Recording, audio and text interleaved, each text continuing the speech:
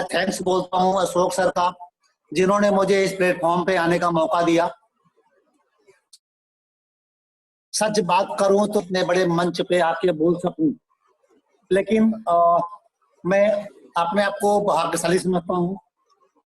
आप जैसे अपलाइन मेरे साथ हैं, जिन्होंने मुझे हमेशा उठा के ऊपर पहुंचाया है, और आज भी आप मुझे इतने बड़े स्टेज पे बुला रहे हैं, तो मेरा सौभाग्य है। मैं आपको थैंक्स बोलता हूँ। Thank you so much. अभी आज पर बहुत सारे लोगों से पहली बार मिल रहा हूँ। कुछ लोग मुझे जानते हैं पहले से, लेकिन बहुत सारे लोगों से मैं पहली बार मिल रहा हूँ। और बहुत लोग ऐसे भी होंगे जिन्हें मैं जानता होऊंगा, जो मुझे भी जानते होंगे, लेकिन आज स्टेज पर या स्क्रीन पे हम पहली बार मिल। मैं आपको एक बार प्रणाम बोलता हूँ, गुड मॉर्निंग बोलता हूँ अपनी बेस्टीज की भाषा, और आप सबका इस मीटिंग में स्वागत हूँ। आज मुझे मैं उनका जितना भी वो काम है, और जो लोग मिल रहे हैं लगभग सारे लोग मुझसे पहली बार मिल रहे होंगे। जो मेरा नाम सुन चुके हैं वो नाम से जानते होंगे, कुछ लोग चेहरे से मिल चुके हैं तो मेरा नाम नहीं जानते होंगे, कुछ ही लोग ऐसे हैं जो नाम और चेहरा दोनों जानते होंगे। तो जो लोग नए हैं सबके लिए मैं एक बार अपना परिचय दूंगा छोटा सा, और अपनी बात को शुरू करता हूँ, अपनी जर्नी को शुरू करता हूँ। मैं आपको बता दूं सबसे पहले, मैं कोई बहुत बड़ा लीडर नहीं हूँ। मैं भी आप लोगों की तरह सीख रहा हूँ, अपने अपलाइन से, अपने गुरु लोगों से, अपने LOS में जितने लीडर्स हैं उनसे सीखता हूँ। और बहुत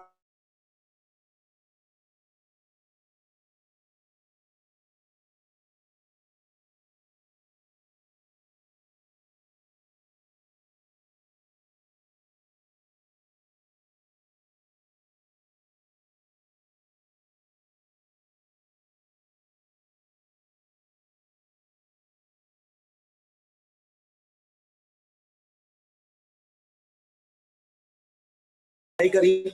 मैं बहुत ही बताऊं तो साधारण परिवार से हूँ। मेरे पिताजी जब मैं पैदा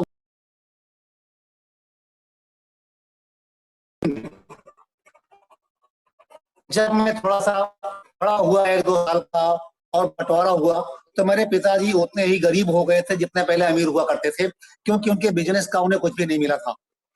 4 बच्चों का परिवार, 2 लोग वो मेरे मम्मी पापा, 6 लोग, और उन्हें कुछ आता नहीं था अपने प्रिंटिंग प्रेस के बिजनेस के अलावा। तो जब अलग हुए, हमें परेशान देख के बच्चों को, वो घर से भाग गए और गुजरात में उन्होंने काफी टाइम बिताया। उस समय गांव में हमें जो बुजुर्गों से घर मिला हुआ था, बुजुर्गों का बनाया हुआ मिट्टी का, 1978 की बाढ़ आई थी, उसमें हमारा सारा घर गिर गया और हम लोग बेघर हो गए थे। अब आप सोचिए कि 6 साल की उम्र में मैं बेघर हो गया था, और अपने ही गांव में दूसरों के घर पे, हाँ अच्छे लोग थे, वो किराया नहीं लेते थे। 2 साल हम लोग रहे। उसके बाद हम धीरे धीरे बड़े होने लगे। मेरे 2 बड़े भाई, तीसरा मैं, मुझसे छोटा एक भाई, मेरी एक बहन। और धीरे धीरे हम लोगों ने जब लगा कि भाई मुझसे बड़े भाई साहब थे, वो ज्यादा समझदार थे, तो हम लोगों ने अपने सिर पे मिट्टी ढो ढो के 1984 बीतते बीतते एक झोपड़ी बनाई। झोपड़ी मतलब 5 फुट की दीवार, उसके ऊपर छप्पर। बेहतर जानते होंगे आप लोग जिस टीम से हैं। आप लोग, बहुत लोग दिल्ली से होंगे, तो आप लोग गांव से कहीं ना कहीं ताल्लुक रखते होंगे। गांव में छप्पर हुआ करते थे, आज तो बहुत कम हो चुके हैं। तो हम लोगों ने अपने सिर पे मिट्टी ढो ढो के एक झोपड़ी बनाई। स्कूल जाते थे हर साल गर्मी में, उसे हम 2-3 फुट ऊपर कर दिया करते थे। करते करते जब हमने हाई स्कूल पास किया, तो था झोपड़ी ही, लेकिन हमारे बड़े भाई साहब की शादी होने वाली थी, तो उन्होंने तय किया कि ईंट वींट उधार लेकर के घर बनाते हैं। तो नींव डाली गई घर की, बहुत सारा ईंट और सीमेंट वाला उधार आ गया। खैर चल रहा था जैसे भी था। भाई साहब की शादी हो गई। भाई साहब रेलवे में लग चुके थे उस समय, उनकी ड्यूटी फिरोजपुर में थी, और मेरे पापा जी उस समय पंजाब में थे। शादी होने के बाद भाई साहब अपने परिवार को, भाभी जी को लेकर पंजाब चले गए। जो घर में उधार था वो उधार रह गया, ईंट सीमेंट सरिया सब उधार रह गया था। अब लोग घर में कर्जा मांगने के लिए आने लगे। हमारी पढ़ाई चल रही थी, मैं पढ़ने में बहुत तेज था, और 1980 में मैंने भद्रेश्वर इंटरमीडिएट कॉलेज से इंटर किया। और मैं आपको बता दूं कि राजा भैया अपने यहाँ के हैं, राजा भैया के पापा जी के 7 स्कूल थे इंटरमीडिएट कॉलेज, उनको मैंने टॉप किया हुआ था 1980 में। और उसके बाद हमारे सपने थे कि हम अच्छी पढ़ाई करेंगे, लेकिन 12वीं क्लास को पास करने के बाद मुझे बीए में नाम लिखाने के लिए 450 रुपए नहीं मिल पाए थे एडमिशन फीस के रूप में। दोस्तों 17 साल की उम्र में जब मुझे वो नहीं मिल पाया और मेरा एडमिशन नहीं हुआ तो मुझे बहुत दुख हुआ, बहुत गुस्सा भी आया। और 17 साल की उम्र में पहली बार मैंने कोई फैसला किया बड़े गुस्से में कि जिंदगी में कभी नौकरी नहीं करूंगा। ये बात मैं हर जगह मीटिंग में बताया करता हूँ कि मैंने फैसला 17 साल की उम्र में किया था कि मैं कभी नौकरी नहीं करूंगा। क्यों? क्योंकि मुझे 450 रुपए एडमिशन फीस नहीं मिल पाई थी। उस समय मेरे बड़े भाई साहब रेलवे में थे, मेरे पापा जी पंजाब में किसी कंपनी में थे, प्राइवेट कंपनी में सर्विस थी उनकी, जो भी था उन्होंने अपना बेस्ट किया होगा, मुझे नहीं पता था। लेकिन 17 साल की उम्र में मैंने फैसला किया कि मैं कभी नौकरी नहीं करूंगा। क्यों? क्योंकि घर में 2 लोग काम कर रहे थे और एक बच्चे को एडमिशन फीस नहीं मिल पाई थी। दोस्त ये बात मैं हर जगह क्यों बताता हूँ, क्योंकि 80% लोग चाहे मेरी उम्र के हो, चाहे पढ़ाई कर रहे हो, चाहे पढ़ाई करके नौकरी की तलाश में हो, लेकिन वो ढूंढते हैं नौकरी ही। 17 साल का एक बच्चा ये फैसला कर सकता है कि जिंदगी में कभी भी नौकरी नहीं करूंगा। आज आपको क्या फैसला करना चाहिए आप सोच सकते हैं। मैंने ये फैसला यूं किया था क्योंकि मुझे फीस नहीं मिल पाई थी, और अगर मैं जिंदगी में कभी नौकरी करूंगा मेरे बच्चों को भी फीस नहीं मिल पाएगी। मैं अपने बच्चों को भी वही लाइफ दूंगा जो मुझे मिल रही है। मुझे याद है दोस्तों, जब तक मैंने 12वीं क्लास की पढ़ाई करी थी मैं कभी अपने कपड़े पहन के स्कूल नहीं गया था। मेरे बड़े भाई साहब के कपड़े छोटे होते थे वो मैं पहनता था। उन्हें कई बार काट करके छोटा किया जाता था, कई बार उनकी कमर टाइट की जाती थी पैंट की, और शर्ट को टाइट किया जाता था तो हम पहनते थे। ये हालत हमारे थे। मैं जानता था कि कभी मेरी शादी होगी, मेरे बच्चे होंगे, और अगर मैं सर्विस करूंगा, नौकरी करूंगा, हमारे बच्चे भी ऐसे ही रहेंगे।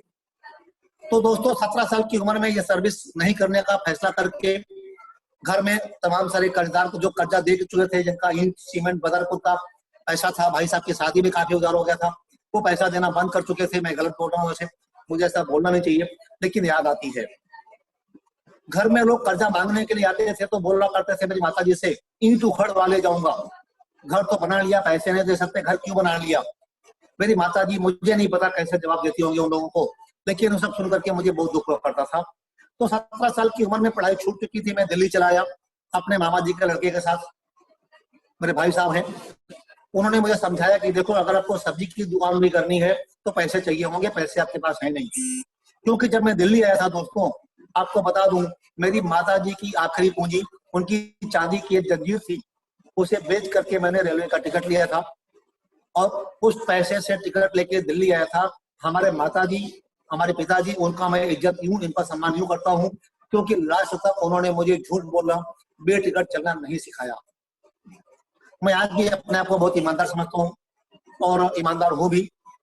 जब मैं दिल्ली पहुंचा मेरे पास एक शर्ट पैंट था, एक तौलिया थी, अंडरवियर पहन के आया था, एक लेके आया था और एक बनियान लेके आया था। एक चप्पल के अलावा मेरे पास कुछ भी नहीं था।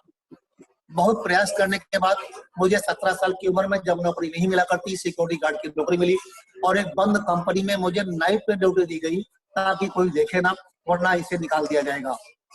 बहुत बड़ी कृपा की गई थी। मैंने 6 महीने सिक्योरिटी गार्ड की नौकरी करी, 12 घंटे की ड्यूटी, 700 रुपए महीना पे।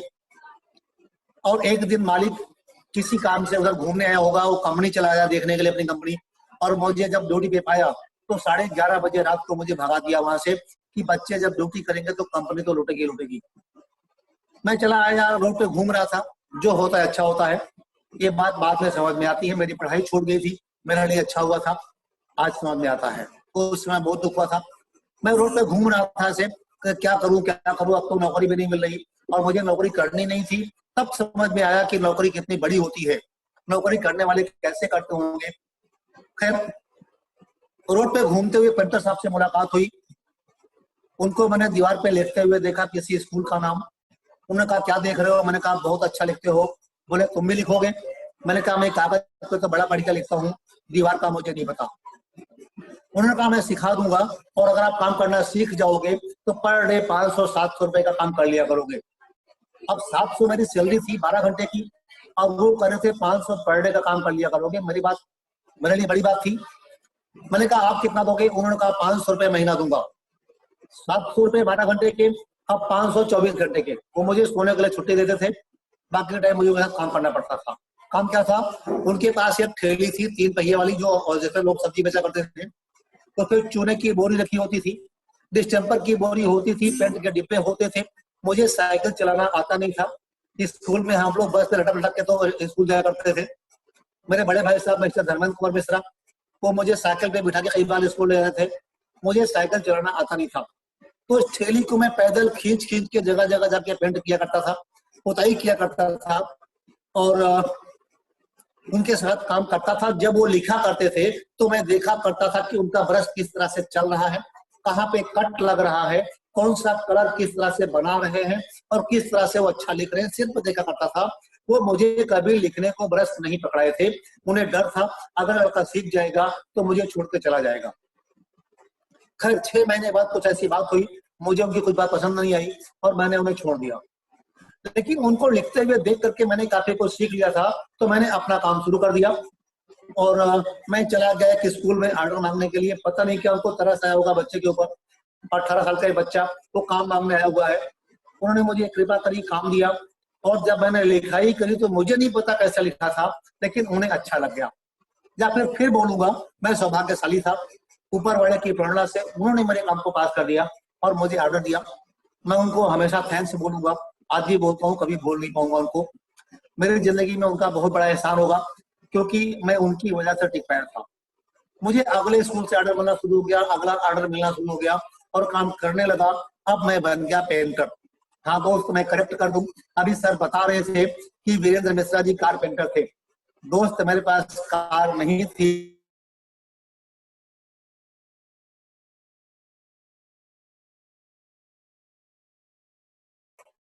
मैं सिर्फ पेंटर हुआ करता था, मैं कारपेंटर नहीं था। कार नहीं थी मेरे पास, मैं साइकिल पे चला करता था। एक साइकिल पे मेरे भाई साहब साइकिल चलाया करते थे, मैं पीछे बैठा करता था। सॉरी, पीछे चूने की बोरी पेंट के डिब्बे होते थे, आगे मैं बैठा करता था, और हैंडल पे दोनों तरफ 2 थैले लटके होते थे, जिनमें पेंट के छोटे छोटे डिब्बे हुआ करते थे। ये काम चलता रहा और हमें काम अच्छा मिलने लगा। अब हम पर डे 500-700 रुपए का काम कर लिया करते थे। काम बढ़ने लगा, काम बढ़ने लगा, और वो काम दोस्तों मैं बताऊं, मैंने किया 1991 से 2014 तक। काम अच्छा चल रहा था। उसी काम से मैंने अपने गांव में एक घर बनाया। नोएडा में अपने थोड़ा में हमने 2 प्लाट लिए छोटे छोटे, हम दोनों भाइयों ने अपने घर बनाए। 4 भाइयों की शादी, जो कर्जा था वो मिटाया। मेरी बहन की शादी हुई, सब कुछ ठीक ठाक चल रहा था। मेरे बच्चे हुए, मेरे भाई साहब के बच्चे हुए। 6 बच्चों का परिवार मेरा, 4 बच्चे, मेरी 4 लड़कियां हैं, मैं और मेरी पत्नी, भाई साहब उनकी 3 लड़कियां, 1 लड़का, यानी कि 12 लोगों का परिवार हमारा दिल्ली में रहने लगा। काम अच्छा चल रहा था, पैसे अच्छे आ रहे थे। हम दोनों भाई मिल करके, और मैं बात करूं 2014 की, तो 35-40 हजार रुपए महीना कमा लिया करते थे। यानी कि एक आदमी के हिस्से में 18-20 हजार रुपए आते थे। हमारे साथ रहने वाले लोग, कोई 9 हजार, कोई 10 हजार की नौकरी किया करता था, कोई 8 हजार 7 हजार करता था। तो हम अपने आप को काफी अच्छा समझते थे। साइकिल चल रही थी और हमने फैसला कर रखा था कि जिंदगी भर साइकिल पे चलते रहेंगे, पेंटिंग का काम करते रहेंगे। अच्छा चल रहा था, परिवार पल रहा था, कोई दिक्कत नहीं थी, बच्चे स्कूल जा रहे थे। इस बीच मई 2012 में, डेट मुझे क्लियर नहीं है, मेरे एक दोस्त मिस्टर विजय कुमार सिंह, मैं एक बार उनको नमस्कार बोलता हूँ, एक बार ताली चाहूंगा उनके लिए। मेरे अच्छे दोस्त, वो मेरे पास आए और मुझे उन्होंने बताया, मिस्टर वीके मिश्रा जी, आपकी पेंटिंग अच्छी चल रही है और आपके लिए मैं एक अच्छा सा मौका लेके आया हूँ। मैंने कहा क्या? बोले कंपनी है बेस्टिक मार्केटिंग प्राइवेट लिमिटेड, उसमें आपको कुछ नहीं करना। अपनी पेंटिंग के साथ साथ अगर आप चाहें तो उसमें 50 हजार 60 हजार महीना कमा सकते हैं। मैंने कहा ऐसा बिजनेस मुझे नहीं करना जहां पर 50-60 हजार आने लगे बिना कुछ किए, क्योंकि ऐसा तो धोखा होता है। मुझे विश्वास नहीं हुआ। दरअसल इसके पहले भी मैं एक कंपनी को ज्वाइन कर चुका था और उसमें भी वो मेरे साथ थे। 4 साल मैंने पेंटिंग के साथ साथ उसे किया था, और वहां से मेरा हाईएस्ट पे आउट 4 साल बाद 3720 रुपए का था। उसमें से भी टीडीएस कट के मेरे अकाउंट में 3200 रुपए ट्रांसफर हुए थे। तो पहले का तजुर्बा मेरे काम आया और मैंने विजय सर को साफ साफ मना कर दिया। मैंने कहा मुझे वेस्टीज वेस्टीज कुछ नहीं करना, पेंटिंग अच्छी है, आप मेरे अच्छे दोस्त हैं, आते रहें मिलते रहें, बिजनेस अपना अपना, दोस्ती पक्की। खैर वो जान के कि नहीं करेंगे। 3 दिन 4 दिन बाद की बात है और वो मुझे रास्ते में मिले और वो बड़े कांपते हुए, मतलब हाफते हुए, पसीना बह रहा था, मई का महीना था और मैं अपनी दुकान से खाना खाने के लिए खोड़ा, मेरा तो कॉलोनी है गाजियाबाद में, मैं अपने घर जा रहा था साइकिल से। वो रास्ते में मिले, बोले मिश्रा जी मिश्रा जी। मैंने कहा सर, बोले मिश्रा जी मुझे 1200 रुपए की जरूरत है, अगर आपके पास है तो दीजिए। अब चूंकि मेरा कैश का काम हुआ करता था, पैसे नकद आया करते थे, तो जेब में पैसे रखे थे, मैंने पूछा नहीं कब वापस करोगे, और मैंने उनको 1200 रुपए दे दिए। मैं अपने घर चला आया, वो अपने घर चले गए और शाम को मेरे घर वो लौट के आए तो मुझे 600 रुपए का सामान मेरे नाम पे, 600 का सामान मेरे भाई साहब के नाम पे पकड़ाया और बोले बुरा मत मानना, मैंने वेस्टेज में आपकी ज्वाइनिंग करवा दी है, ये सामान वहां से खरीदना था, इसके नाम पे मैंने आपसे 1200 रुपए मांगे थे, वो उधार नहीं था, हिसाब बराबर हो गया। अब क्योंकि मेरा पुराना हिसाब किताब मुझे पता था कि पिछली कंपनी में 4 साल काम किया था, कंपनी बंद हो गई थी और कुछ नहीं मिला था, तो मुझे आया गुस्सा और मैंने उसे कहा आपने मेरे 1200 रुपए खराब कर दिए, ये जो कैप्सूल लेके आए हो इसे खाएगा कौन, कोई बीमार पड़ गया तो क्या होगा, मुझे नहीं खाना। मैंने उन्हें मना कर दिया ये कह के कि आज के बाद मेरी आपकी दोस्ती खत्म, आपने मुझे धोखा दिया, जिस बिजनेस को धोखे से शुरुआत की जाए वो कितना अच्छा होगा, तो आज के बाद मेरी आपकी दोस्ती भी कुट्टी। खैर वो चले गए, मैं अपने काम पे लग गया। वो कई बार मेरे घर आते रहे, लगातार आते रहे और इतनी बार मेरे घर आ चुके थे कि मेरे बच्चे उनको देख करके हंसने लगते थे। जब वो मेरे घर आते, बच्चे मुझे फोन करते पापा पापा अंकल आए हैं, और मैं कहता बेटा उन्हें बिठाओ चाय पिला दो, जब वो चले जाए तो मुझे फोन कर देना। मैं उनसे नहीं मिलता रहा और वो लगातार आते रहे। कभी कभी ऐसा भी होता था, मैं घर में बैठा होता था और वो कहीं जा रहे होते तो रुक जाया करते थे, बेटा पापा हैं, और मैं बच्चों से बोलता बोल दे पापा नहीं है। बच्चे समझदार थे, वो साफ साफ बोलते थे अंकल पापा नहीं है, वो चले जाया करते थे। ऐसा चलता रहा 6 महीने। 12 दिसंबर 2012 की बात है दोस्त, 8:30 बजे मैं अपने घर पहुंचा, काम करके थका हुआ, तो मेरे घर पे विजय जी बैठे हुए थे और उनके साथ एक दोस्त और बैठे हुए थे और गलती से उनको भी मैं जानता था पिछली कंपनी से, वो भी हमारे साथ थे, हमारी अपलाइन में आया करते थे। मैं नाम लूंगा मिस्टर मनोज कुमार जी। मनोज कुमार जी के लिए मैं ताली चाहूंगा, आज जो मेरे अच्छे अपलाइन हैं, मेरी हर जगह हेल्प करते हैं, लेकिन उस समय मुझे वो दुश्मन नजर आए थे। और सही बताऊं तो मैंने तय किया था कि आज इनको मैं अच्छी तरह से समझा के भेज दूंगा। ये लोग मुझे परेशान करते रहते हैं, आज ऐसी बातें करूंगा कि मुझसे बात नहीं करेंगे और लौट जाएंगे। खैर मैं बैठा, चाय वाय पी गई, तो विजय सर ने कहा कि मिश्रा जी काम शुरू किया जाए। मैंने कहा काम करके तो आया हूँ सर, थक के आया हूँ, अब कैसे काम करूंगा। बोले नहीं वेस्टेज में काम शुरू किया जाए। मैंने कहा सर काम नहीं करना। बोले मिश्रा जी समझो ये पुरानी कंपनी नहीं है, इस पे अगर आप 4-6 महीने काम कर लिए, साल भर काम कर लिए, 50-60 हजार कहीं गए नहीं है।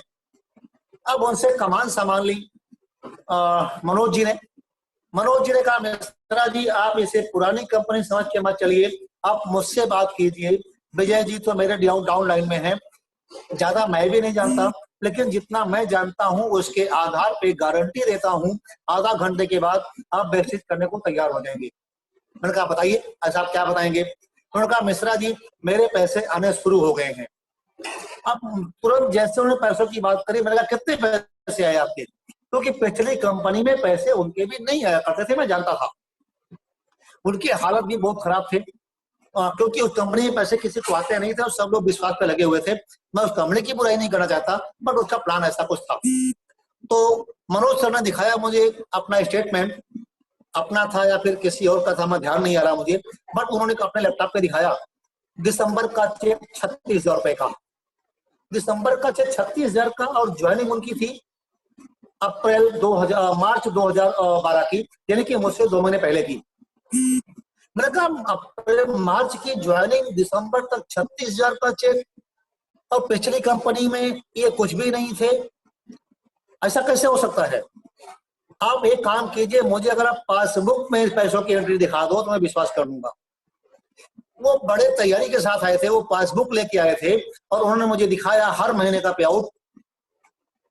नवंबर का चेक जो दिसंबर में आया था 12 तारीख को, उन्होंने दिखाया 36,000 रुपए का, और तब मुझे विश्वास हुआ पैसे आते हैं। मैंने कहा सर देखिए अगर ऐसा है तो मुझे काम करना है, क्योंकि मैं 24 साल से काम कर रहा हूं। हम दोनों भाई मिलकर 35-40 हजार कमाते हैं, पूरा दिन लगे रहते हैं, साल भर लगे रहते हैं, लेकिन इतना नहीं पहुंचता। अगर इतना आता है तो मजा आ जाएगा, मैं कोशिश करूंगा, बताओ करना क्या है। उन्होंने कहा आज नहीं बताऊंगा, परसों यानी कि 14 दिसंबर 2012 को सेक्टर 55 नोएडा बारात घर में 2:30 बजे अपनी मीटिंग है, डायरी और पेन लेके आ जाना। मैं वहां पहुंचा और वहां पर मैंने पिछली कंपनी के अपने सारे दोस्तों को देखा। सब लोग स्टेज पे आए, कोई बता रहा था 5,000, कोई कर रहा था 10,000, कोई 15,000, 20,000, 25,000, 30,000। और वहां पर एक हमारे दोस्त जो पिछली कंपनी में थे, उन्होंने बताया मेरा चेक इस महीने 70,000 रुपए का है। अब मेरे कान खड़े हो गए, मैंने कहा ऐसा कैसे हो सकता है। खैर वहां पर मेरी मुलाकात हुई एक सज्जन से, जिनका नाम आज मैं बड़ी इज्जत से लेता हूं और आप भी लेते होंगे, मिस्टर संतोष कुमार यादव जी के लिए जोरदार ताली चाहूंगा सर। वो हम सबके गुरु हैं और मैं उनसे हर पल सीखता हूं। वो जहां भी रहे, मैं कहीं भी रहूं, मैं उनको कभी भूल नहीं पाता हूँ, ना कभी भूल पाऊंगा। उनसे मुलाकात हुई सर से, मैंने कहा सर इसमें कितना झूठ कितना सच है। उन्होंने कहा मिश्रा जी बिल्कुल 100% सच है, ये कंपनी पिछली कंपनी से कई गुना अच्छी है, बुरा मत लगाओ, ये बहुत अच्छी कंपनी है, इसकी जैसे कोई कंपनी भी नहीं है। और अगर आप यहाँ पर 4 साल टिक गए, सिर्फ 4 साल टिक गए, तो 4 साल के बाद आपका चेक कम से कम 1 लाख रुपए महीने का होगा। अब उन्होंने सपनों को और बड़ा कर दिया। मैं पिछली कंपनी में सुना तो करता था 1 लाख, 2 लाख, 4 लाख, लेकिन आएगा विश्वास नहीं था क्योंकि कंपनी बंद हो चुकी थी और 4 साल बाद मेरे 3700 का चेक बना हुआ था मेरा। मैं कहा सर देख लो। बोले मिश्रा जी मैं आपके सामने खड़ा हुआ हूँ। बात चली, मैंने कहा सर करना है, बताओ करना क्या पड़ेगा, मुझे 1 लाख रुपए चाहिए। उनका 1 लाख चाहिए तो आपको 2 काम करने होंगे। मैंने कहा क्या? बोले आज के बाद वेस्टेज में जो सामान मिलता है अगर आपके घर में यूज होता है तो बाहर से नहीं आएगा, यानी कि आज के बाद आपके घर में वेस्टेज का ही सामान यूज होगा। मैंने कहा डन, मुझे 1 लाख रुपए चाहिए। उनका पिछली कंपनी में सामान काफी सस्ते थे क्योंकि क्वालिटी नहीं थी। इस कंपनी के प्रोडक्ट मल्टीनेशनल कंपनी है, अपना सऊदी अरब में भी काम चालू हो रहा है, यहाँ से जाता है दुबई में काम हो रहा है और हलाल का सर्टिफिकेट मिला हुआ है। प्रोडक्ट बहुत अच्छे इंटरनेशनल क्वालिटी के प्रोडक्ट हैं, तो थोड़े महंगे हैं। मैंने कहा सर कितना भी महंगा हो मैं लूंगा, मुझे 1 लाख रुपए चाहिए। मैं हर बात पे 1 लाख बोल रहा था। उन्होंने कहा दुकानें दूर दूर हैं। मैंने कहा 1 लाख चाहिए, अगर मैं 700 किलोमीटर दिल्ली से कुंडा से दिल्ली जा सकता हूँ तो 100-200 किलोमीटर सामान लेने भी जा सकता हूँ, अगर सामान लेने से पैसा आता है और 1 लाख मिलता है, चिंता मत कीजिए, दूसरा काम बताइए। उनका प्रोडक्ट बहुत अच्छे हैं, थोड़े महंगे हैं, दुकान दूर दूर है, फिर भी आप वादा करते हो। मैंने कहा डन, 1 लाख रुपए चाहिए। उनका दूसरा काम करना पड़ेगा, प्रोडक्ट अच्छे हैं, आप यूज करोगे, उसके बारे में लोगों को बताओगे, आप उनको अच्छी तरह से बता पाओगे तब लोग आपके साथ आएंगे, वरना नहीं आएंगे। तो अच्छी तरह बताने के लिए आपको सीखना पड़ेगा और सीखने के लिए हमारी हर हफ्ते एक मीटिंग होती है, जिसे सीएनटी बोला करते हैं, वहां आपको आना है। मैंने कहा डर, मुझे 1 लाख रुपए चाहिए, जहां कहोगे वहां चलाऊंगा। उनका हमारा एक सेमिनार होता है, उस पर टिकट भी लगता है और महीने में एक हुआ करता है, वो संडे को नहीं होता। मैंने कहा कोई दिक्कत नहीं, मैं वहां भी आऊंगा, 1 लाख चाहिए। और उस दिन दोस्त मैं बताऊं 1 लाख रुपए चाहिए, मैंने इतनी बार बोला था कि मैं आज भी 1 लाख को भूल नहीं पाया हूं, हर बात पे 1 लाख निकलता है। लास्ट में उन्होंने कहा ठीक है मिश्रा जी, अगर आप तैयार हो तो एक डायरी निकालो और पहले पेज पे लिखो। मैंने कहा क्या? बोले वादा करो कि आज के बाद आप वेस्टेज के अलावा कोई सामान यूज नहीं करोगे अगर वो वेस्टेज में है। मैंने डायरी का पहला पन्ना निकाला, उसमें लिखा, मैंने लिखा मैं वीरेंद्र कुमार मिश्रा आज के बाद वेस्टेज का ही प्रोडक्ट यूज करूंगा और कोई भी सीएनटी, कोई भी सेमिनार नहीं छोड़ूंगा, मैं कहीं भी रहूं सीएनटी सेमिनार में पहुंचूंगा। संतोष सर ने मुझसे कहा मिश्रा जी नीचे साइन कर दो। मैंने कहा ऐसे नहीं। नीचे मैंने एक लाइन और लिखी और मैंने लिखा दिसंबर 2016 का मेरा चेक 1 लाख का होगा, यानी कि 4 साल बाद का। अब मैंने सर से कहा सर साइन कर दीजिए। आज सर को पता नहीं होगा क्योंकि सर के पास तो मेरे से बहुत बच्चे हैं, लेकिन मुझे ये बात यूं याद है क्योंकि उस लाइन ने मेरी जिंदगी बदल दी दोस्तों। सर ने साइन किया और बोले मिश्रा जी किसी का आए चाहे ना आए आपका आएगा। वो वाक्य उनका जो आखिरी वाक्य था कि किसी का आए चाहे ना आए आपका आएगा। उन्होंने मेरी पीठ पे हाथ मारा और बोले मिश्रा जी काम शुरू कर दो। मैंने मीटिंग में जाना शुरू कर दिया, ट्रेनिंग में जाना शुरू कर दिया। हालांकि परिस्थितियां खराब रही, बीच में मैं 2 साल काम नहीं कर पाया। अक्टूबर 2014 तक मैं काम कर नहीं पाया। मैं समझ चुका था बिजनेस अच्छा है, मैं मीटिंग में ट्रेनिंग में कई बार जा चुका था, लेकिन घर में मिसेज की तबीयत ज्यादा खराब रहा करती थी और मैं उनके साथ सितंबर 2013 तक हॉस्पिटल में रहा था।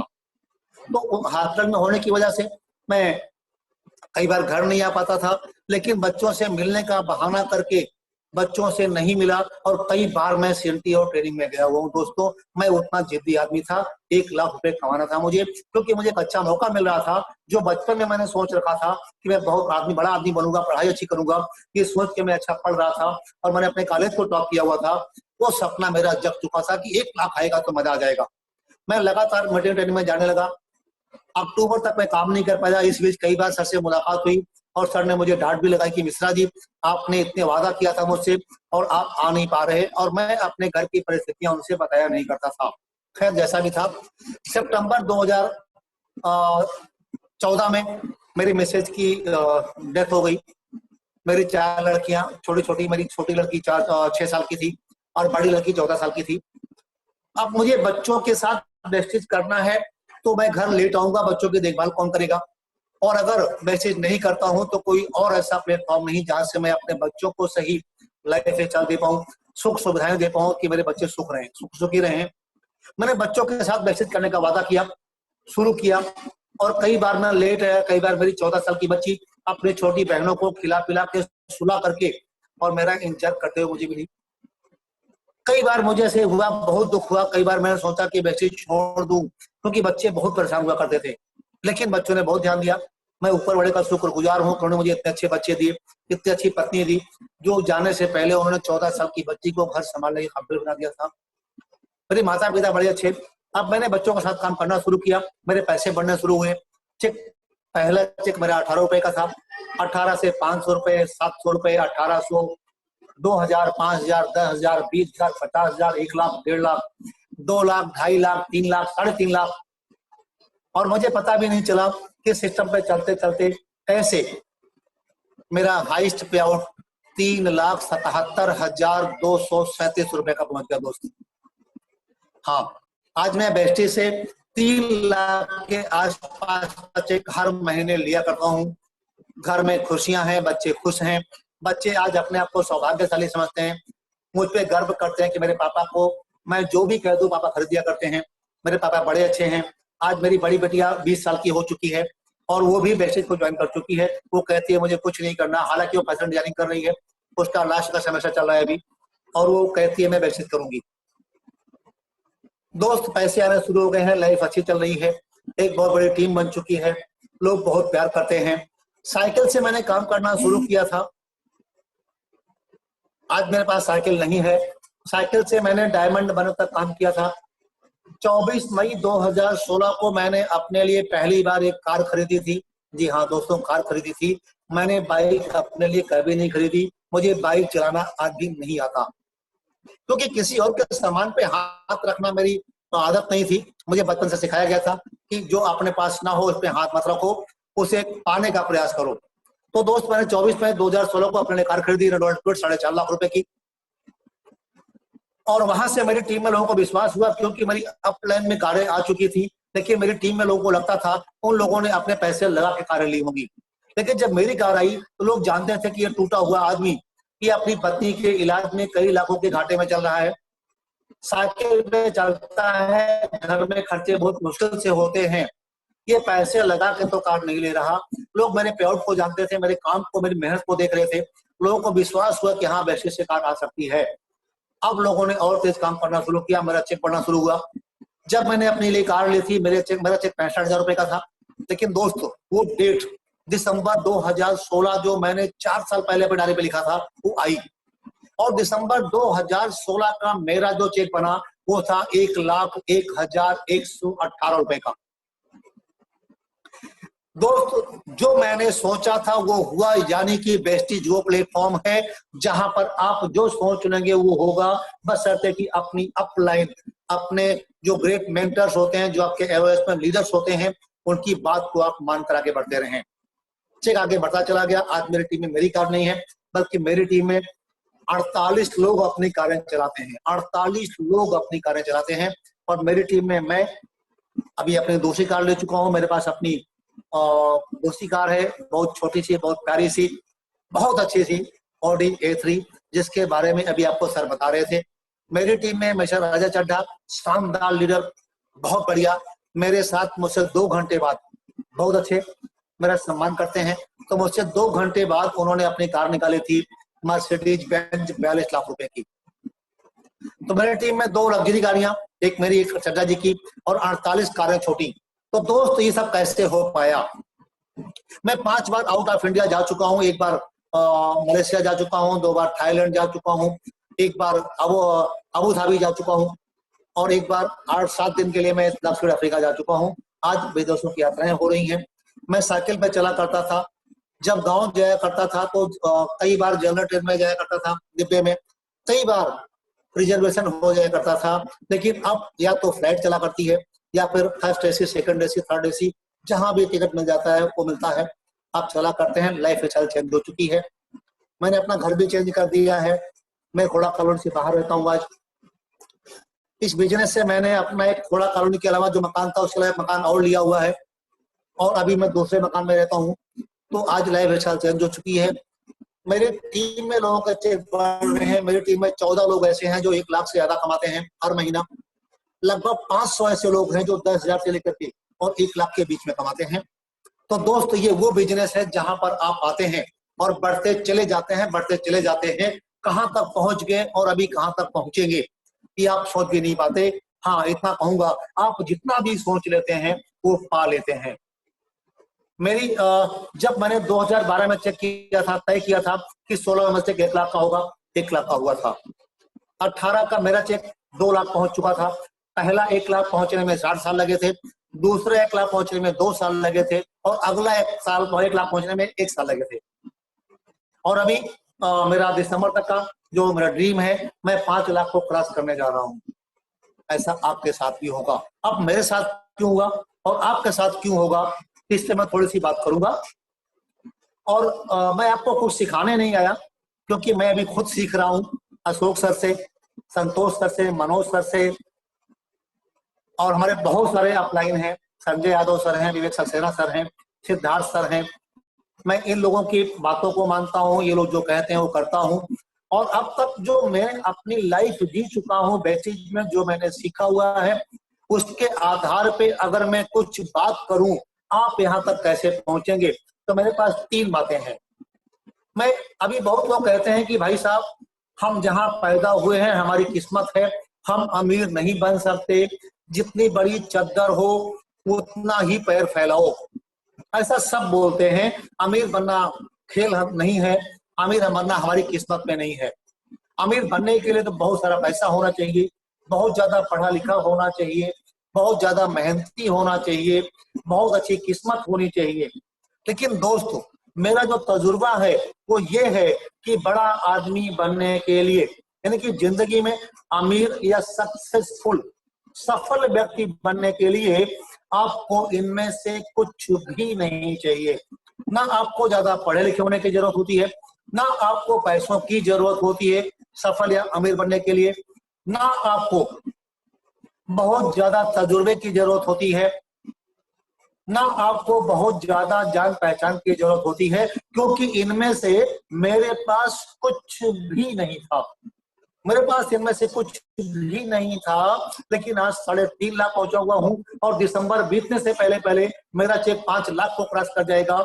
ये मेरा सपना है, मेरा ड्रीम है, मेरा टारगेट है। और मेरी अपलाइन में चाहे संतोष सर हो, चाहे अशोक सर हो, और चाहे संजय सर हो, इन लोगों ने मुहर लगा दी है कि मिश्रा जी दिसंबर से पहले आपका 5 लाख का हो भी जाएगा चेक। तो कैसे होगा और अब तक कैसे पहुंचा, 3 बातें आपसे शेयर करूंगा। ये मेरा तजुर्बा है दोस्त। तो आपको सफल बनने के लिए जिंदगी में, या अमीर बनने के लिए जिंदगी में 3 चीजों की जरूरत होती है। ये 3 चीजें पैसों से नहीं आती, दुनिया का जो तजुर्बा है उससे हट के 3 चीजें हैं। पहले चीज, आपको क्या चाहिए अमीर या सफल बनने के लिए? तो दोस्तों, पहले चीज आपको चाहिए, आपको ये पता होना चाहिए कि आपको क्या चाहिए। हाँ, मैं रिपीट करता हूँ दोस्त, आप समझ नहीं पाए होंगे, आप गड्ढ-मड्ढ हो गए होंगे। पहली बात क्या चाहिए आपको, लिख सकते हैं आप ये बात कि जिंदगी बहुत काम आएगी, और ये बात आपको अब तक किसी ने बताई नहीं होगी क्योंकि कहीं लिखी हुई नहीं पाई हमने, कि मेरा तजुर्बा है। आपको पहली चीज चाहिए, आपको ये पता होना चाहिए कि आपको क्या चाहिए। एग्जाम्पल, आपको बड़े होके क्या बनना है ये आपको पता होना चाहिए। अगर आपको पता है तो आप बन जाएंगे। अगर आपको पता है कि मुझे डॉक्टर बनना है तो आप डॉक्टर पक्का बन जाएंगे। आपको ये पता होना चाहिए कि किसी भी कीमत पर मुझे डॉक्टर के अलावा और कुछ नहीं बनना है, मुझे डॉक्टर ही बनना है। आपको ये पता है कि मुझे वकील बनना है तो दोस्त आप बन जाएंगे। आप पढ़े लिखे हैं, फर्क नहीं पड़ता। आप अनपढ़ हैं, फर्क नहीं बनता। आपको बनना है मैकेनिक, बहुत बड़ा इंजीनियर बनना है कार का, तो आप बन जाएंगे दोस्त, बन जाएंगे, मेरी गारंटी है। सर्टिफिकेट की जरूरत नहीं है, पैसों की जरूरत नहीं है, तजुर्बे की जरूरत नहीं है। इस बात की जरूरत है कि आपको ये पता होना चाहिए कि आपको क्या चाहिए। ठीक उसी तरह से जिस तरह एक पेंटर को ये पता चल गया था कि मुझे 1 लाख रुपए महीना चाहिए, उस पेंटर को जो 24 साल से साइकिल पे चला करता था और 2 भाई मिल करके 24 साल 24 घंटे में से नहीं कुछ तो हम 16 घंटे काम किया करते थे दोस्त। हम नहीं जानते थे दोस्त क्या होते हैं, परिवार क्या होता है। हम जल्दी से दुकान पे निकल जाते थे, फील्ड में निकल जाते थे, और जब तक अंधेरा नहीं होता था, चाहे शाम के 7 बजे, 7:30, पौने 8 बजे अंधेरा हो, हम काम पे लगे रहते थे। जब अंधेरा होता था तो हम अपनी फील्ड से साइकिल उठाते थे और 15-20 किलोमीटर दूर चल करके अपने घर 8 बजे 9 बजे पहुंचा करते थे। ऐसे एक पेंटर को जब ये पता चल गया कि मैं 1 लाख कमा सकता हूं और मैं 1 लाख कमा के रहूंगा, जब ये पता चल गया तो मैं 1 लाख कमाता हूं नहीं, मैं 1 लाख से आगे बढ़ चुका हूं। तो आपको ये पता होना चाहिए कि आपको क्या चाहिए, पहली चीज। दूसरा क्या चाहिए, अब दोस्त क्या बोलते हैं, अभी ये बताऊंगा कि पता होने से आप ऐसा कैसे पा जाएंगे सब कुछ। पता होने से मिल जाता है दोस्त, मुझे पता है, ये मेरे साथ हुआ है और आपको भी साबित कर दूंगा। तो पहली बात, आपको ये पता होना चाहिए कि आपको क्या चाहिए।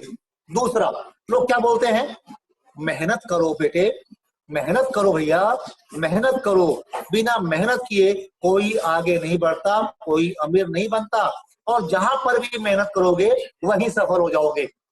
दोस्त, मैं इससे सहमत नहीं हूं। मेरा मानना है कि मेहनत करके आज तक कोई अमीर नहीं बना। अगर मेहनत करने से कोई अमीर बनता तो रिक्शे वाले को सबसे ज्यादा अमीर होना चाहिए था। उससे ज्यादा मेहनत कोई नहीं करता। वो सुबह जल्दी निकल जाता है, शाम को देर से आता है। दोपहर को मैंने कई बार रिक्शे वालों को पेड़ के नीचे रिक्शा खड़ा करके सोते हुए पाया है, क्योंकि रात को नींद पूरी नहीं होती।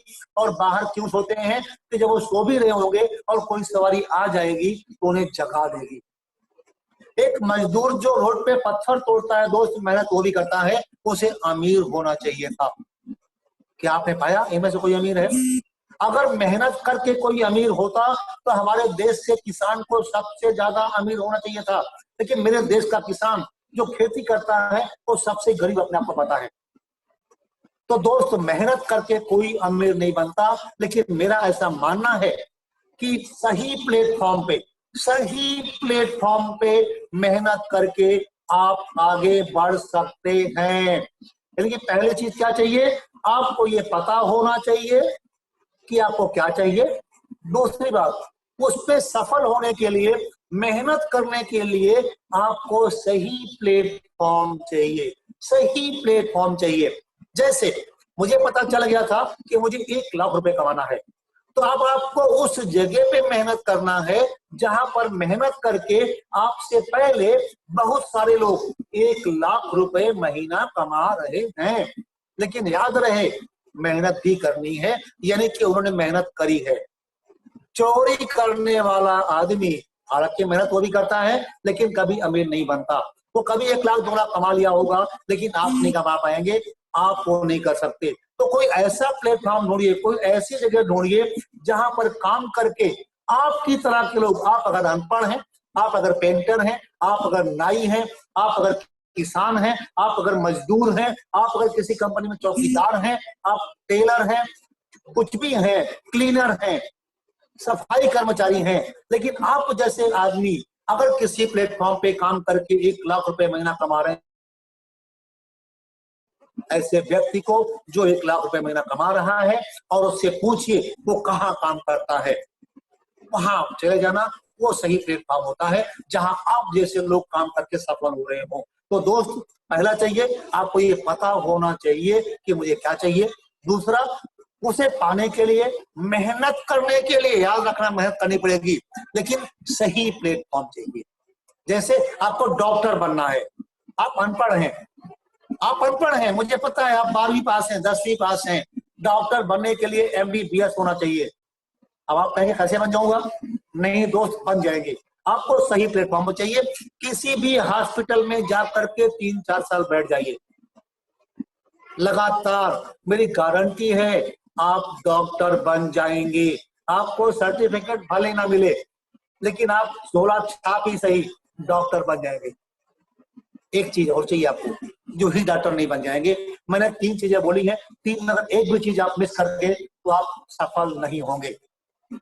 मैं डॉक्टर को पकड़ रहा हूं, अगर आपको डॉक्टर बनना है, आप अनपढ़ हैं, आप 10वीं पास हैं, 8वीं पास हैं, आपको डॉक्टर बनना है, तो आपने पहली बात जान ली, आपको पता चल गया क्या करना है, मुझे डॉक्टर बनना है। आपको पता हो गया मुझे डॉक्टर बनना है। दूसरी चीज क्या चाहिए? सही प्लेटफॉर्म, यानी कि आप डॉक्टर के पास बैठ करके, हॉस्पिटल में बैठना है आपको। आप मेडिकल कॉलेज में जाके डॉक्टर नहीं बन सकते क्योंकि आप अनपढ़ हैं। वहां आपको बहुत सारी अंग्रेजी में पढ़ाया जाएगा, आप नहीं पढ़ पाएंगे। तो मेडिकल कॉलेज जाके आप डॉक्टर नहीं बन सकते।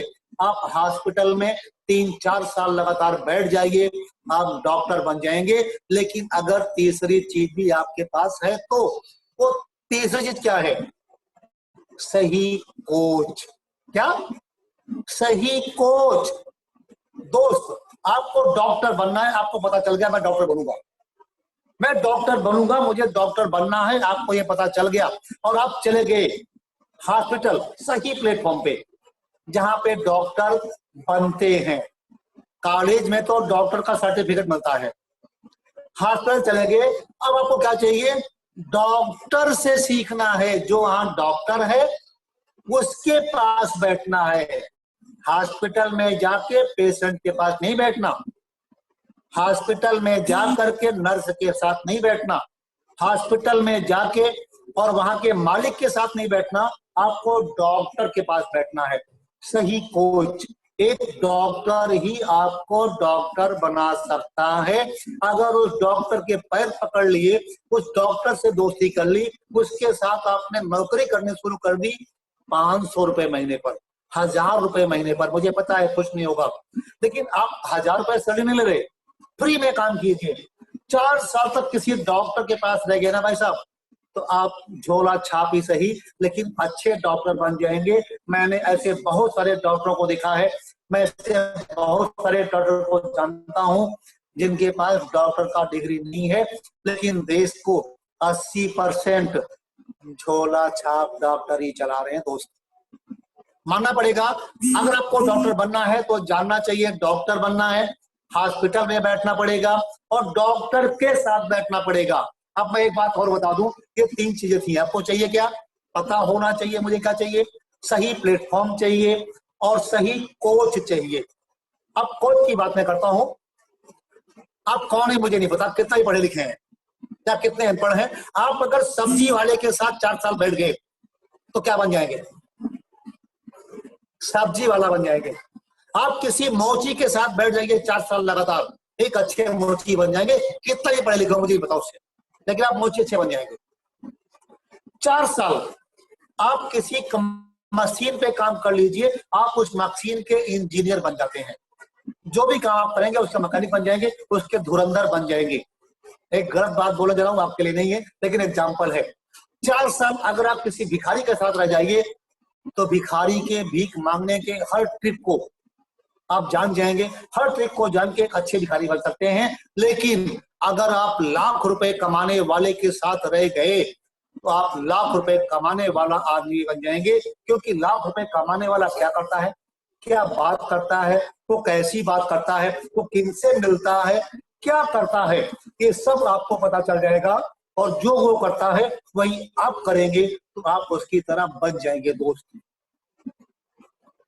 वेस्टेज की बात कर रहा हूं, मुझे पता है कि आप डॉक्टर बनने नहीं जा रहे, ये एग्जाम्पल था। मैं वेस्टेज में इन तीनों बातों को समझाता हूं आपको। मैंने तय किया था मुझे 1 लाख रुपए चाहिए। अब मैंने चेक किया था, मैंने बताऊं आपको, जब 6 महीने काम नहीं किया था हमने मई 2012 से दिसंबर तक, इस बीच मैंने लगभग 35 कंपनियों के प्लान देखे थे। 35 कंपनियों के, क्योंकि जब मैं पिछली कंपनी में था हम लोग बहुत मेहनती थे, हम साइकिल पे दिन भर घूमा करते थे, तो अलग अलग कंपनियों के लोग मुझे जानते थे। एक लड़का ये भी है जो बहुत मेहनती है। तो लोग जब मेरी कंपनी बंद हुई तो अलग अलग कंपनी के लोग मेरे पास आने लगे और मुझे खूब प्लान दिखाए गए। तब मुझे पता चला कि पिछली कंपनी की नेटवर्क मार्केटिंग नहीं है, उससे अच्छी कंपनियां भी हैं। और सबका प्लान देखने के बाद मुझे बेनिफिट मिला था। और यहाँ पर जब मैंने लोगों को देखा कि मेरे जैसा आदमी, जो आदमी पिछली कंपनी में मैंने 4 साल काम किया, इन्होंने 7 साल काम किया था और इनका चेक 25,000 नहीं पहुंचा था, वो भी वेस्टेज में 70,000 रुपए महीना कमा रहे हैं। दोस्त, जिस व्यक्ति की बात मैं कर रहा हूं, 70,000 का चेक उनका 14 मई को था, वो कोई और नहीं, उस समय 61 साल की उम्र वाले मिस्टर डालचंद राजपूत जी थे। यानी कि एक बुजुर्ग भी, एक अनपढ़ बुजुर्ग जो इसके पहले बहुत सारे काम कर चुके थे, वो आज भी कई काम नहीं कर पाते, वो 70,000 पहुंच चुके थे। तब मुझे विश्वास हुआ, हाँ ये प्लेटफॉर्म है। मैंने अकाउंट में चेक किया लोगों के चेक, मैंने सब कुछ चेक किया था, पहला हाँ सही प्लेटफॉर्म है। और संतोष सर के गाइडलाइन में मैंने काम करने का फैसला किया।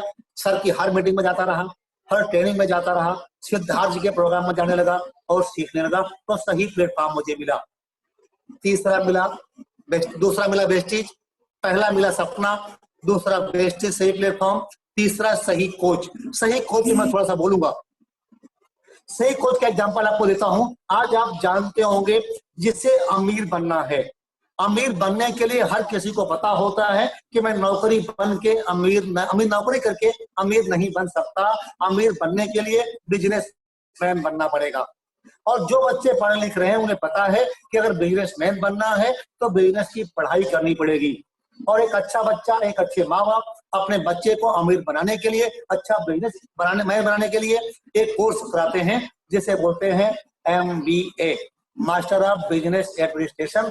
एक ऐसी एजुकेशन है, एक ऐसी डिग्री है जो मिल जाए ये गारंटी करती है कि ये बच्चा बिजनेस में कभी मार नहीं खाएगा, ये बिजनेस का मास्टर बन चुका है। अब आपसे एक रिक्वेस्ट है, आप चेक कीजिए कितने लोगों को आप जानते हैं जिन्होंने MBA किया हुआ है। दोस्त, मैं यहाँ पे बिना लाग लपेट के एक एग्जांपल दूंगा। अशोक सर, आप मुझे सुन पा रहे हैं? जी सर, जी अशोक सर, मेरी आवाज आ रही है? मैं आपको सॉरी, मैं आपको एग्जांपल का तो करने जा रहा हूँ। मैं आपसे इजाजत ले रहा हूँ सबसे पहले, क्योंकि इस आपसे बड़ा एग्जांपल मेरे पास कोई नहीं होगा। तो दोस्तों, मैं बोल रहा था कि आप ऐसे लोगों को जानते होंगे जो MBA किए हुए हैं। एक बच्चा MBA करता है, MBA करने के लिए बहुत बड़ी पढ़ाई करनी पड़ती है, बहुत ज्यादा मेहनत करनी पड़ती है, ये बात अशोक सर जानते होंगे। बहुत सारे पैसे लगते हैं, ये बात जो पढ़ाई करता है वो जानता है। बावजूद इसके उन्हें डिग्री मिल जाती है। अब आप चेक कीजिए जितने लोगों को आप जानते हैं कि उन्होंने MBA किया हुआ है, उनमें से कितने बच्चे आपको बिजनेस करते हुए मिल रहे हैं? फंस गए ना? जी हाँ दोस्त, मुझे पता है फंस गए। आपको कोई भी बच्चा ऐसा नहीं मिलेगा जो MBA करने के बाद बिजनेस कर रहा हो। शायद इक्का दुक्का लोग मिलेंगे। उन्हीं में से मैंने भी इजाजत ली अशोक सर से हाथ जोड़ करके। हमारे एक जीवन का एग्जाम्पल अशोक सर जी हैं। अशोक सर MBA करके आए और अभी तक नौकरी कर रहे थे, वेस्टेज चालू थी, हम लोग काम कर रहे थे, संतोष सर काम कर रहे थे। सर ने अशोक सर को बताया वेस्टेज के बारे में। अशोक सर वेस्टेज में नहीं आए, आप अपना काम कर रहे थे। आपने कई सालों काम किया था सर वेस्टेज में, और वेस्टेज के अलावा नौकरी की थी। मैं सही बोल रहा हूँ सर? बिल्कुल सही बोल रहे हैं आप सर। सर, मैं आपसे जानना चाहूंगा, आप जब MBA के बाद सर्विस कर रहे थे आपका आपने कितने साल सर्विस करी थी और आपका हाईएस्ट पे आउट कितना था? नौकरी में सर, हाँ सर। नौकरी में सर मेरी तनख्वाह 15,000 रुपए थी सर। आपने कितना साल काम किया ये था? हाईएस्ट सैलरी है ये। आपने कितना साल काम मैंने किया था? टोटल जो नौकरी करी है बीपीओ में मैंने 11 साल काम किया है sir. Thank you so much उसी सर। दौरान मैंने एमबीए किया था। हाँ, उसी दौरान। दोस्तों आपको एग्जाम्पल मेरे जीवंत हमारे सामने बैठे हुए सर ने एमबीए करके बहुत मेहनत करी होगी पढ़ाई करने में। मैं जानता हूँ मेरे मामा के लड़के 2-3 हैं वो एमबीए किए हुए हैं और मेरे साथ नोएडा में रह के पढ़ाई करी और रात भर पढ़ा करते थे। आपने 11 साल काम करने के बाद हाईएस्ट चेक उठाया था कितने का? 15,000 का। आखिर क्यों 15,000 आप रुपए। एमबीए करने के बाद नौकरी करके इतने फेल्योर क्यों थे? और वेस्टेज में आपको काम करते हुए अभी 4 से 5 साल हुए हैं, आपका हाईएस्ट चेक जो मैं जानता हूं वो 4 लाख के ऊपर का है। तो सर एमबीए करने के बाद 11 साल नौकरी करते हुए आप 15,000 रुपए महीना कमा रहे थे हाईएस्ट। लेकिन क्या बात है कि वेस्टेज में 4 साल के अंदर आप 4 लाख को, ये कारण था कोच। आपका कोच सही नहीं था। जिस कॉलेज से आपने एमबीए की पढ़ाई करी थी वहां पर जो टीचर आपको पढ़ा रहा था वो कौन था? वो नौकर था। वो नौकरी कर रहा था और एक नौकर आपको कभी भी मालिक नहीं बना सकता। उस टीचर को अगर ये पता होता कि 4 लाख रुपए महीने कैसे कमाए जाएंगे तो खुद नहीं कमा रहा होता।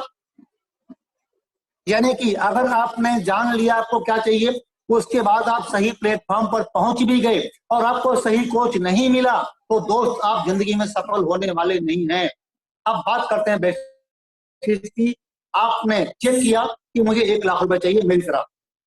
साइकिल पे चलने वाला एक दुबला पतला टूटा हुआ व्यक्ति, मेरी आपको बचपन की तस्वीर दिखा दूं तो आप मुझे पहचान नहीं पाओगे, बहुत मेहनत किया करता था और मैं बहुत टूटा हुआ था। मैंने चेक किया और तय किया कि मुझे 1 लाख चाहिए। मुझे पता चल गया कि मुझे अब जो भी करना है वो 1 लाख के लिए करना है। मैंने सही प्लेटफॉर्म चुना वेस्टीज को, क्योंकि यहाँ से लोग लाखों रुपए महीना कमा रहे थे और मैंने सही कोच सुना। उस समय मेरे सबसे अच्छे कोच संतोष सर हुआ करते थे, मैं किसी को जानता नहीं था। विजय सर मेरे साथ ज्वाइन किए थे, वो मुझे लेकर हर मीटिंग में पहुंच जाया करते थे, उनका एहसान मैं कभी नहीं बोलूंगा। संतोष सर ने मुझे कदम कदम पे रास्ते दिखाए, उन्होंने मुझे पहुंचाया आईटीओ दिल्ली में सिद्धार्थ सर की मीटिंग में, वहां से मैं लगातार सीखता रहा। उसके बाद मेरी मुलाकात विवेक सर से हुई, उनसे मैं सीखता रहा, आज भी सीखता हूँ। हर जगह मैं कोई प्रोग्राम छोड़ता नहीं, कोई ट्रेनिंग छोड़ता नहीं, यानी कि मैंने सही कोच पाया। और अगर मैंने अशोक सर को बात करूं एग्जाम्पल के तौर पर यूज किया था तो मैं बता दूं, अशोक सर ने जब तक उनको अपना गुरु माना था जिनसे आपने सीखा था एमबीए की पढ़ाई करना या मास्टर बनना बिजनेस का, और आप सर्विस करते थे, तब तक आप फेल थे। लेकिन जिस दिन आपको सही कोच संतोष सर मिल गए और जिस दिन आपने अपने आप को संतोष सर के सामने समर्पित कर दिया, संतोष सर ने जो भी कहा आपने करना शुरू कर दिया, सर 4 साल के बाद आपका चेक 4 लाख पहुंच गया। ये बात मैं सबको बता रहा हूं, ये वो बिजनेस है जहां पर आपको 3 चीजें मिल जाए, ढूंढ लेना दोस्त। आज आपको चाहिए 1 लाख की इनकम ज्यादा की, आप सही रास्ते पे हैं, सही चल रहे हैं, सही प्लेटफॉर्म मिल चुका है और आपको सही कोच भी मिल चुके हैं। आपको अब कोई ढूंढने की जरूरत नहीं है, ये तीनों चीजें मिल गई हैं। लेकिन एक छोटी सी बात रह गई है, जैसे खाना बन जाए, आपको खाना सामने मिल जाता है, आ जाता है, आप क्या बोलते हैं? सलाद काट लो। क्या? सलाद काट लो। ये खाना से अलग होता है, ये बोलते हैं फूड सप्लीमेंट। तो इस बिजनेस में भी इन 3 चीजों के अलावा चौथी चीज चाहिए, क्या? सप्लीमेंट, यानी कि सलाद। वो आप खुद हैं। सब कुछ मिल गया, लेकिन आप बताइए खाना कितना भी अच्छा बन के सामने आ जाए, आपकी पसंद का आ जाए, आपके पसंद की जगह से बन के आ जाए, आपकी पसंद तजुर्बेकार रसोइये ने बनाया हो, लेकिन अगर आप उसे ना खाएं तो क्या पेट भरेगा? नहीं भरेगा ना। तो दोस्त चौथी चीज चाहिए, आपकी रिस्पॉन्सिबिलिटी, आपका समर्पण। आप अपने कोच के सामने, मैं फिर बोल रहा हूं, आपको तीनों चीजें मिल गई हैं। अगर आप वेस्टेज में आ चुके हो और अभी मुझे पिछले 1 घंटे से सुन रहे हो, ये इस बात की गारंटी है कि आप जिंदगी में बहुत आगे जाने के लिए तैयार हो। और बिल्कुल सही प्लेटफॉर्म पे हो, क्योंकि मेरे जैसा पेंटर भी 3.5 लाख रुपए कमा सकता है और दिसंबर से पहले पहले 5 लाख तक पहुंचने की गारंटी दे रहा है अपनी। तो दोस्त आप भी करेंगे, आपको सही कोच भी मिल गए हैं, क्योंकि जिनसे मैंने सीखा, जिनसे मैं आज भी सीखता हूं, वो आज आपको डायरेक्ट मिले हुए हैं। आपका सौभाग्य है, ऐसे कोच सबको नहीं मिला करते। मैंने बताया बहुत सारा पैसा खर्च करके, बहुत सारी मेहनत करके, एमबीए कॉलेज में भी सही कोच नहीं मिलने की वजह से बहुत सारे बच्चों की लाइफ खराब हो रही है, वो नौकरी कर रहे हैं। कमी कैसी? कमी ये थी कि सिर्फ उनको कोच सही नहीं मिला था। आप सौभाग्यशाली हैं, तीनों चीजें मिल गई हैं। आपको एक काम और करना है, क्या? अपने आप को समर्पित कर देना है उनके चरणों में, उनके सामने, और हाथ जोड़ के बोल रहा है, गुरुदेव आप जो कहोगे वही करूंगा, क्योंकि मुझे कुछ नहीं पता। अगर मैं इतना काबिल होता तो अब तक इतनी उम्र हो चुकी है, कुछ कर चुका होता। सोचिए ना दोस्त, मेरी उम्र आज है, मैं 6 साल से वेस्टेज में काम कर रहा हूं। अगर मैं इतना ज्यादा कामयाब होता, इतना ज्यादा समझदार होता, इतना ज्यादा मेहनती होता, इतना ज्यादा तजुर्बेकार होता, तो पिछली जिंदगी मैंने कुछ क्यों नहीं कर लिया था? तो दोस्त, जिंदगी में सबसे ज्यादा महत्व आपकी कोच का होता है, उस प्लेटफॉर्म का होता है, आपकी सोच का होता है, लेकिन उससे भी ज्यादा महत्व इस बात का होता है कि आप अपने आप को अपनी कोच के सामने, अपनी अपलाइन के सामने कितना समर्पित कर पाए। मैं आज भी अपने गुरु लोगों का धन्यवाद बोलता हूं और उनको ये वादा करता हूं, मैं उनके सामने ये प्रतिज्ञा करता हूं और ये अपने आप को तैयार करता हूं इस बात के लिए, अगर आधी रात को अपलाइन का फोन आ जाए, अगर संतोष सर का फोन मेरे पास रात को 1 बजे आ जाए, मिश्रा जी आपको फला जगह पहुंचना है, मैं एक बार भी नहीं पहुंचूंगा। क्यों? मैं सीधा पहुंचूंगा दोस्त। ये मेरी क्वालिटी है। आपके अंदर मुझसे अच्छी अच्छी क्वालिटीज हैं, आप उनका फायदा उठाएंगे। अपने आप को समर्पित कैसे करना है, ठीक उसी तरह से मैं एक एग्जांपल दूं। जैसे आपकी शादी हो गई या आप किसी लड़की से शादी करने को तैयार हो गए, आपने वादा कर लिया, आपने उसे चुन लिया अपने लाइफ पार्टनर के रूप में, उसके बाद आप दुनिया की किसी भी लड़की की तरफ नहीं देखते। नहीं देखते ना? लड़कियां और भी सुंदर सुंदर होती हैं, और ज्यादा पढ़ी लिखी होती हैं, लेकिन आप किसी की तरफ नहीं देखते, क्योंकि आपने अपने आप को एक के लिए समर्पित कर दिया। और वो लड़की जिंदगी भर आपकी पत्नी बन के रहती है, आपको बहुत आगे बढ़ाती है। आप अपने माँ बाप को कभी भी नहीं छोड़ना चाहते। आपने अपने मम्मी पापा के सामने अपने आप को समर्पित किया। कितनी बार आपको मम्मी पापा से मार पड़ी होगी, कितनी बार आपको स्कूल में अपने टीचर से मार पड़ी होगी, लेकिन आपने अपने मम्मी पापा को कभी नहीं छोड़ा, आपने अपने स्कूल को कभी नहीं छोड़ा। अगर आप विवाहित हैं, आपके घर में कितनी बार अपनी पत्नी से झगड़ा हुआ होगा, आपने पत्नी को कभी नहीं छोड़ा। इसे बोलते हैं एक दूसरे के प्रति समर्पण। अगर आपने अपने कोच के सामने, अपने बिजनेस के सामने, उस प्लेटफॉर्म के सामने जहां पे काम करके आप सफल होने जा रहे हैं, अपने आप को इस तरह से समर्पित कर दिया दोस्तों, दुनिया की कोई भी ताकत ऐसी नहीं है जो आपको वो चीज पाने से रोक लेंगे जो आप पाना चाहते हैं। जब मैंने 24 मई 2016 को अपने लिए एक कार खरीदी थी, मेरी अपलाइन में मिस्टर अवधेश जी हैं, मैं जहां भी हैं उनको नमस्कार करता हूँ, उनको उनका एहसान मानता हूँ, कभी नहीं भूलूंगा। मेरे बहुत नजदीक रहते हैं, मेरे दिल के पास रहते हैं। उन्होंने मुझसे पूछा था, मिश्रा जी अगली गाड़ी कौन सी, और मैंने बोल दिया था मेरी अगली गाड़ी 18 दिसंबर 2018 को आएगी, BMW 320D ब्लू कलर। सोचिए, मैं इतना क्लियर आदमी हूं। BMW नहीं आई, क्योंकि जब मैंने कार लेने के लिए जाकर शोरूम विजिट किया तो पता चला उसका नया मॉडल आ रहा है जो 8 महीने से पहले नहीं मिलेगा। लेकिन मुझे कार लेनी थी, तो उसी की रेंज में मैं ओडी कार लेके चला आया। कार आई ना दोस्त, जो आप सोच रहे हो वो सब होगा, लेकिन समर्पण अपनी अपलाइन के सामने आपका वैसे ही होगा जैसे मैंने बताया। अपनी पत्नी के लिए होता है, अपने माँ बाप के लिए होता है, अपने जिंदगी के प्रति होता है। आप सब कुछ झोंक देना अपनी अपलाइन के सामने। बहुत अच्छे लोग आपके सामने बैठे हुए हैं, मुझे नहीं पता, मैं अभी देख नहीं पा रहा हूँ कि मीटिंग में कौन कौन है, कितने बड़े बड़े महानुभाव बैठे हैं। मैं उन सबको हाथ जोड़ के नमस्ते बोलता हूँ। और अब तक मैं बहुत कुछ बोल गया, इस बीच कुछ ऐसा बोल गया हूँ जो मेरी बात, एक बात अगर आपको बुरी लग गई हो तो दोस्त मेरा निवेदन है, मेरे उस बात का बुरा मान जाना। हाँ, मैं अलग टाइप का आदमी हूँ। मेरा मानना है कि जीतने वाले कोई काम अलग नहीं करते, वो हर काम को अलग ढंग से करते हैं। लोग आपको मिलते होंगे जो बोलते होंगे मेरी बात अगर बुरी लग गई हो तो माफ करना, तो माफ कीजिएगा दोस्त, मैं उन लोगों में से नहीं हूँ और ये बिजनेस उन बिजनेस से नहीं है, ये प्लेटफॉर्म उन प्लेटफॉर्म में से नहीं है जो कहेगा माफ करना। मैं सीधा बोलूंगा, अगर मेरी कोई बात आपको बुरी लगी हो तो उसे दिल पे ले लेना और मुझे जवाब देना, करारा जवाब जैसे दिया जाता है। अगर मेरी बात आपको बुरी नहीं लगी होगी, अच्छी लगी होगी, तो आपसे निवेदन है कि साबित करके दिखा देना।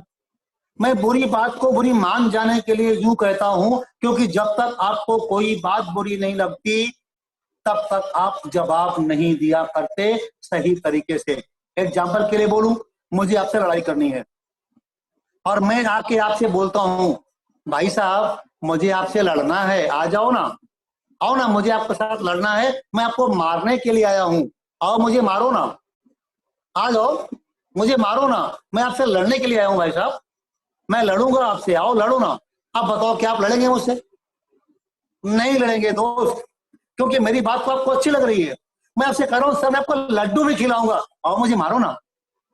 लेकिन जरा सोचो, अगर मैंने बोल दिया आपसे हिम्मत है तो घर से बाहर निकल भाई, तेरा हाथ पैर तोड़ के आज जाऊंगा, मैं जाने वाला नहीं हूं बिना तेरे हाथ पैर तोड़े, निकल बाहर घर से। अब आप क्या करेंगे? आप घर से बाहर नहीं आएंगे, आप लाठी लेके घर से बाहर आएंगे और मुझे वो सब देंगे जो मैं पाना चाहता था। तो दोस्त अगर बात बुरी लगी हो, अगर दिल पे लगी हो, आपके कोच को लेकर के, आपके टारगेट को लेकर के मैंने कई एग्जाम्पल दिए, तो बुरा मान जाना और उसी भाषा में जवाब देना। लेकिन अगर अच्छा लगा हो तो फिर मेरा आप पे कर्ज है ना, उसे चुका देना। थैंक यू सो मच, आपने मुझे इतनी देर तक सुना और मैं फिर से थैंक्स बोलता हूँ संतोष अशोक सर को जिन्होंने मुझे स्टेज पे बुलाया।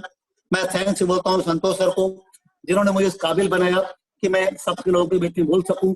कभी मौका मिला मैं आप लोगों से स्टेज पे आके मिलूंगा और तब बहुत सारी बातें होंगी दोस्त। आज के लिए मैं अपनी बातों को खत्म करता हूँ। थैंक यू सो मच, आप बहुत अच्छे हैं। मैं आपके सामने इतना यूं बोल पाया क्योंकि आप मुझे सुन रहे थे। Thank you so much sir. Thank you sir, thank you so much. और सर के लिए मैं चाहूंगा एक बार जोरदार तालियां, जबरदस्त तरीके से, क्योंकि सर ने जो इस तरीके से अपनी स्टोरी सुनाई जो हमें इंस्पायर किया, और साथ ही साथ सर ने कहा कि बुरा मान जाना, तो मैं जरूर कहूंगा कि आप लोग बुरा माने और वो चीजें करके दिखाएं, क्योंकि जब तक पिन नहीं लगती ना तब तक इंसान उठ के भागता नहीं है। तो ये पिन लगनी बहुत जरूरी है और सर ने बहुत बेहतरीन तरीके से अपनी सारी बातों को रखा और हमें समझाया अपनी स्टोरी के माध्यम से, इतनी जबरदस्त एग्जांपल्स के माध्यम से हमें ट्रेन किया कि हम किस तरीके से अपनी सारी चीजों को प्राप्त कर सकते हैं, जो हम सोचते हैं, जो हम पाना चाहते हैं, उसके लिए हमें काम भी करना पड़ेगा। सर की स्ट्रगलिंग लाइफ को सुन करके मैं तो बहुत ही मोटिवेट हुआ हूँ और काम करने के लिए फिर से एक जोश आया है। और अब आप लोगों के भीतर भी अगर आया है तो जोरदार तालियां हैंड रेज के माध्यम से। और अब इसी बीच में इनवाइट करना चाहूंगा हमारे ग्रेट अपलाइन को, हमारे ग्रेट अपलाइन को, श्री अशोक यादव जी को, ताकि हम उनसे भी दो शब्द सुन सकें। सर अगर मुझे सुन पा रहे हैं तो अशोक सर। जी जी बिल्कुल बिल्कुल। सबसे पहले तो पूरी टीम की तरफ से वीके मिश्रा जी का तहे दिल से बहुत बहुत धन्यवाद सर। आपने अपना एक्सपीरियंस शेयर किया हम लोगों में और आपकी बातें सर लग गई। आपकी बातें, आप ये जो आपने एग्जांपल दिया था लास्ट में पिन लगने वाला, आप ये एग्जांपल मेरा भी दे सकते थे, क्योंकि मेरे को संतोष भैया की बात लगी तभी मैंने अपने आप को साबित किया। अदरवाइज इससे पहले वो मेरे को कह रहे थे आराम आराम से तो बात समझ में नहीं आ रही थी। बिल्कुल सही कहा आपने, जब तक दिल पे कोई बात लगती नहीं है ना तब तक इंसान अपने आप को प्रूफ नहीं करता, और जबकि उसके अंदर बिल्कुल सही बात है। बहुत इंस्पायर हुए लोग, तहे दिल से धन्यवाद करना चाहूंगा। और डेफिनेटली सर हम आपसे स्टेज पे मिलेंगे, डेफिनेटली 100%। थोड़ी परिस्थितियां सही होने दीजिए, स्टेज पे मुलाकात होगी सर। बस एक बार गैदरिंग का अनाउंसमेंट हो जाए कि हाँ भाई 100 200 500 लोग इकट्ठे हो सकते, love you too sir, love you too. और फिर से मैं कहूंगा कि सर मैं बड़ा भाग्यशाली हूँ कि आप जैसे लोग मेरी टीम में हैं, आप जैसे लोगों से मुझे प्रेरणा मिलती है और आप जैसे लोग मेरी जिंदगी का हिस्सा हैं। मैं वाकई में ही बहुत ही सौभाग्यशाली इंसान हूँ। सर आप स्वस्थ रहें, आपका परिवार स्वस्थ रहे, आपको मेरी बहुत बहुत शुभकामनाएं हैं और डेफिनेटली 5 लाख से ऊपर तो आना ही है दिसंबर तक। बाकी आपने जो भी कहा हुआ है वेस्ट चीज के अंदर 100% सर आप बुलंदियों को छुएंगे, क्योंकि आपका इरादा बड़ा मजबूत है सर, बहुत मजबूत इरादे वाले आदमी हैं आप। और सबसे पहली बात, सर ने जो अपना एड्रेस बताया भैसाना महेशगंज, ये मेरे गांव के बगल में ही है, ये मेरे पड़ोसी ही हैं। जी सर। पटना नाहर चौराहा मेरे गांव का भी, मतलब हम आसपास के ही हैं। जी, एक्चुअली मैं पटना कुंडा नाहर प्रताप मेरे घर बताता से हूँ सर, पड़ती है 1 पूरा किलोमीटर। एड्रेस नहीं बताता। जी जी जी जी, बिल्कुल बिल्कुल।